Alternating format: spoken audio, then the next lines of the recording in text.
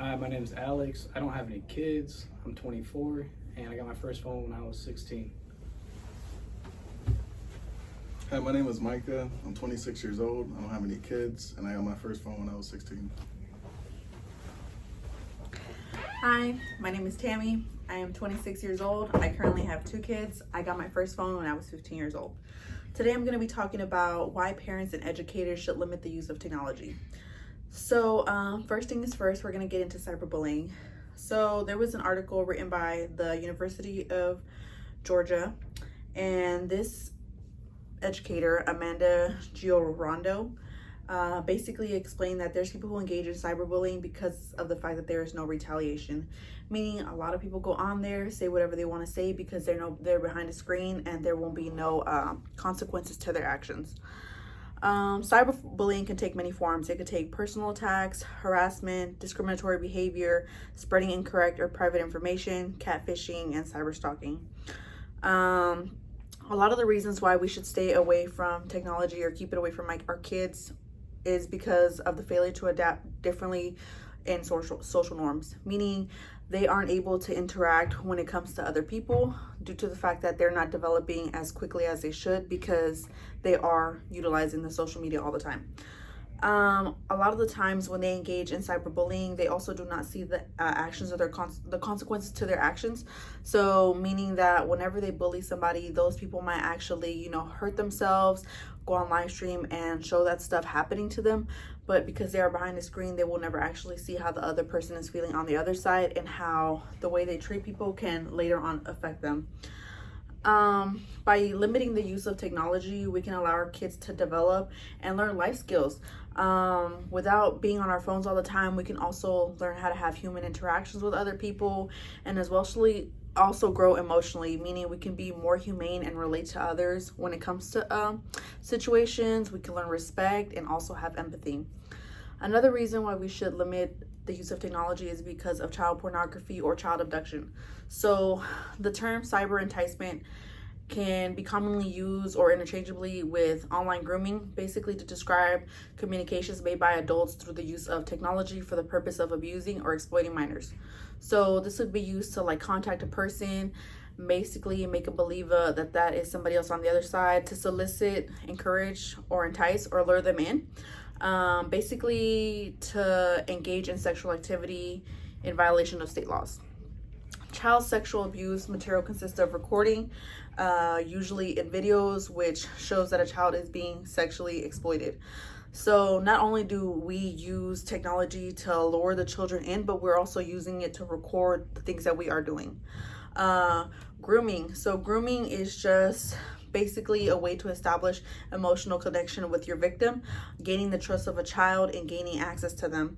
On top of that, a lot of the children use the cell phones on social media and geotag where they are. So by geotagging stuff, they can know where their location is, and it could be a chain of who is around them as well as where they are, what school they might go to, and this could potentially lead to cyberbullying because we can get all this information online. By limiting the use of technology for kids, we can utilize those around them to communicate their emotions. So we can be more open for our children instead of them having to rely on the internet or somewhere else where they can go find somebody that will hear them, listen to them. When their kids feel like they aren't being heard at home, they resort to somebody who makes them feel comfortable. And a lot of the times that is strangers who they will talk to online. And when they find somebody that they're comfortable with, at that point, they open up to them. And that is when they are vulnerable. When they are vulnerable, that is when they get taken advantage of. My last thing was a Fox article news about identity theft. So children identities are particularly appealing to criminals due to the fact that they have a clean slate. It is easier to steal a child's identity because there is no history of credit. So this might mean taking over their social media, their emails, their passports, gaining access to their credit card information. And this can all happen under the radar of unsuspecting parents.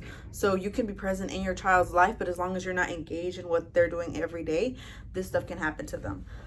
This can go on for years, and the bad side of it all is they won't realize until they become young adults. So basically, whenever you try to apply for a credit for a house, a car, a loan, this is when the child, now young adult, will actually find out, hey, I have been having credit issues or somebody stole my identity when I was younger. So an article was published March 24, 2024, just this year alone. Only 22,000 cases were identity theft, and a lot of those cases were 19 and under. So ways that we can prevent this is by setting up software that will help your child be protected from malicious links, so that way they're not clicking stuff that will be clickbait for them. And it will also alert other individuals like, hey, they're trying to steal your information, you're trying to get scammed. Also, these companies can monitor your child's social security number, their phone number, their email address, and let you know if it is being sold on the dark web. In order to prevent identity theft for our kids or our students, we should limit the amount of websites that they use that require their information. So as long as like there's no email, no birthdays, anything that security or might tie it back to that individual, then the better off we will be, and we can set them up for a better future. And lastly, you know, I've seen adults get their identity stolen.